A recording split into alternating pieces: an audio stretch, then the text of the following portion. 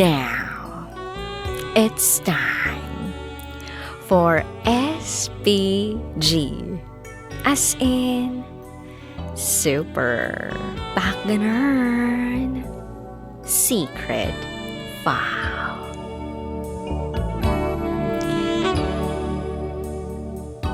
Istorbong kapatid, bigla na lang pumasok. Hi DJ Rocky, lagi mo akong napapatawa sa pagbabasa mo ng SPG Secret File.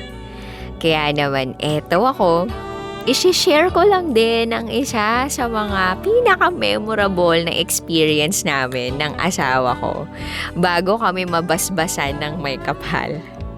Itago mo ko sa pangalang Kathy at ito ang aking SPG as in Super Backganon Secret File. Magkalapit lang ang bahay namin ng boyfriend ko noon. Naasawa ko na ngayon ha. Nang bigla siyang mag-text na manood daw kami ng movie. So eto na, dalawa lang kami sa bahay nila. Wala ang parents niya. Tapos yung kapatid niya, isinama rin ng parents niya, so nag-grocery sila. Alam na this. So, we decided to make love. Yung bahay nila, one-story house lang. So, meaning, andun lang lahat sa ground floor. May 2 rooms, yung room ng mama at papa niya at yung isa pang room na silang magkapatid ang gumagamit. So, doon kami syempre sa room nilang magkapatid. Nagtanggalan naman kami ng mga kung anik-anik. Nag-arf na kami. If you know what I mean. Hanggang sa paparating na kami sa mismong tuktok ng Mount Everest nang biglang bang! Bumukas ang pintuan. Tumambad sa aming mga mata ang kapatid niyang lalaki na 8 years old. At ang sabi nito, "What are you doing?" Biglang hinugot ni boyfriend ang alaga niya at tinakpan namin ng kumot ang aming mga katawan. Sabi ni boyfriend, "Nothing, we're just playing horseback riding. You wanna play?" Hindi pa ito umalis. At pumasok pa mismo ng kwarto at kumuha ng ibang laruan nito. Nagtama ang mga mata namin ng boyfriend ko. Namutla ako at halos mawalan ng dugo sa mukha dahil doon.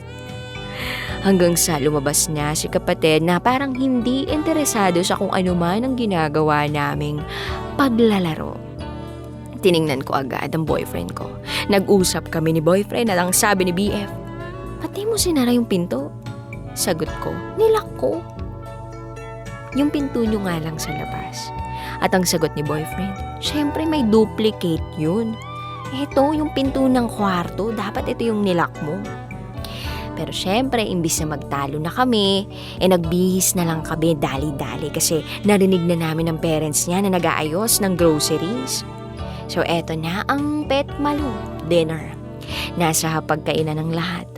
Nang biglang nagtanong ang mama ni boyfriend, "Kumusta na yung rehearsal sa stage play ninyo?" Sumagot naman si boyfriend ng, "Okay naman ma, ready na, dress and technical rehearsal na namin next week. Ready na for the play."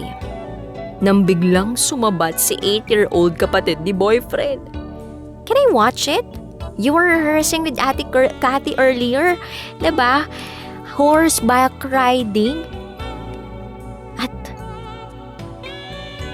sa mga oras na yun, ay para bang hindi ko masubo yung dapat na sana'y kakainin ko na. Yes, manunood ka.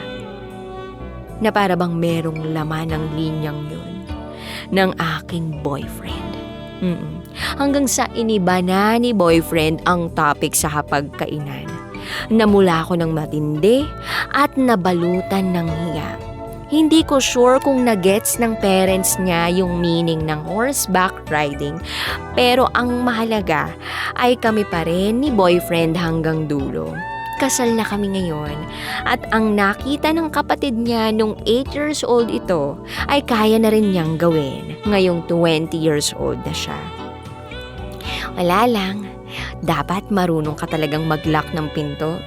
Sigurado dapat. Always lock the door before Versace on the floor. Muli, ako si Kathy at ito ang aking SPG as in Super Pack Nerd Secret File.